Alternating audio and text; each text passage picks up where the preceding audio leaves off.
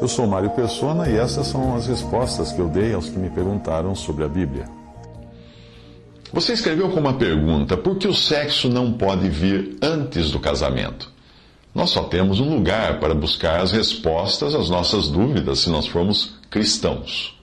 Se for um incrédulo, não vai fazer diferença para ele, né? Ele não crê na Bíblia. Mas se você é crente no Senhor Jesus, você vai buscar na Bíblia, a palavra de Deus. Porque se nós sairmos fora da Bíblia, nós acabamos perdidos em conjecturas e devaneios. Você escreveu o seguinte, abre aspas, Deus criou o amor.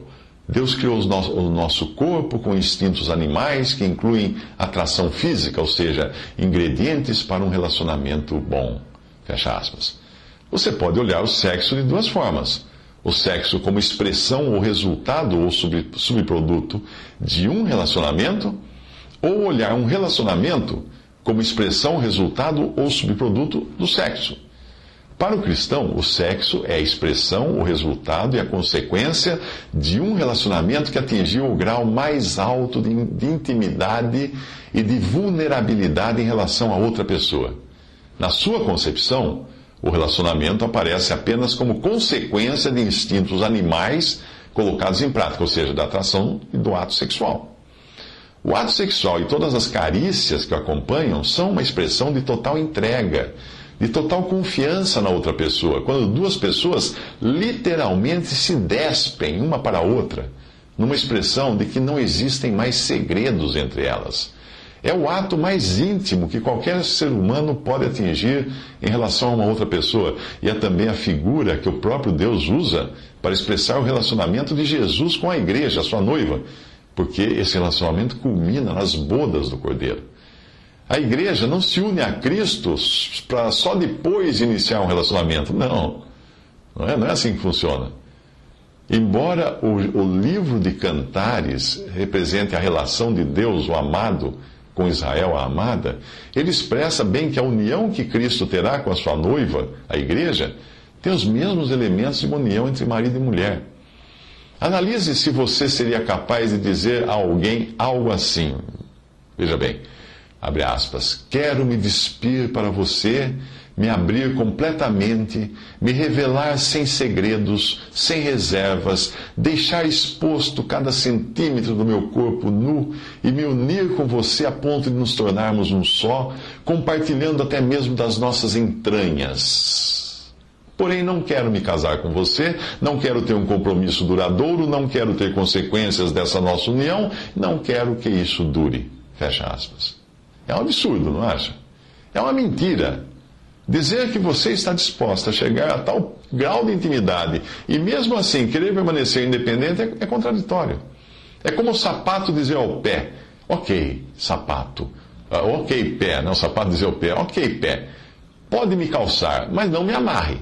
Ou então a calça dizer ao cinto, ok, pode passar por minha cintura, mas não feche a fivela.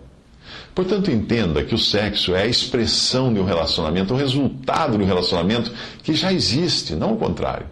Tentar criar um relacionamento a partir do sexo é o que nós fazemos com o gado, buscando obter resultados e dividendos a partir da cópula. O problema de se considerar o sexo como ponto de partida de um relacionamento é que quando o sexo faltar, e um dia vai faltar, nós iremos imediatamente procurar por outra experiência sexual como forma de garantir a manutenção de um relacionamento. O processo não tem fim, porque se o relacionamento começar só a partir da experiência de satisfação física, com a idade, essa satisfação irá desaparecer para um ou outro, porque fisicamente o casal pode envelhecer a um ritmo diferente. Você pergunta por que o cristão não pode ter relações sexuais antes do casamento. E eu pergunto, por que o cristão não pode se casar antes de ter relações sexuais? Até hoje ninguém morreu por esperar. Mas vamos ao que diz a palavra de Deus, Mateus 19, de 4 a 6. Ele, porém, respondendo, disse-lhes, não tendes lido que, primeiro, no princípio o Criador os fez, segundo, macho e fêmea, terceiro, e disse, portanto, quarto, deixará o homem pai e mãe, e quinto, se unirá à sua mulher, e sexto, serão dois numa só carne. Assim, sétimo, não são mais dois, mas só uma carne. Portanto, oitavo, que Deus juntou, não separe o homem. Veja, Nós estamos tão acostumados a ler essa passagem, pensando no contexto do divórcio, que nós nos esquecemos de que ele está reafirmando a ordem do matrimônio segundo o projeto original, ou seja, no princípio de Deus. Se fôssemos chamar esses versículos de um passo a passo do casamento, nós seríamos assim: primeiro, este é o projeto original de Deus, no princípio. Segundo, o casamento é feito por um homem e uma mulher, porque o Criador os fez macho e fêmea. Terceiro, o mesmo Criador estabeleceu como devia ser essa união. Deus disse.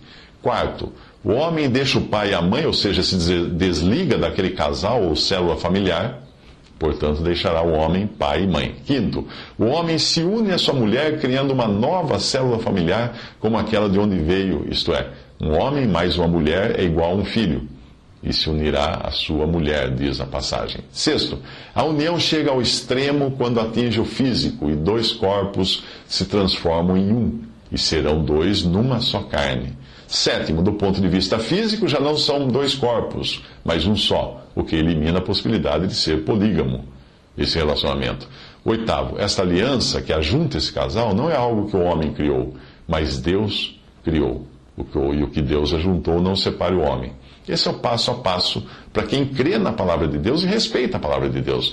Mas, obviamente, os incrédulos tentarão sempre subverter essa ordem, criando casamentos apenas entre machos ou entre fêmeas, tornando-se uma só carne, antes mesmo de se desligar da família na qual estão inseridos, criando possibilidades para serem mais do que apenas dois em uma só carne, e deixando apenas para o fim a união, no sentido do relacionamento, como algo que só poderá existir se o sexo tiver sido muito bom.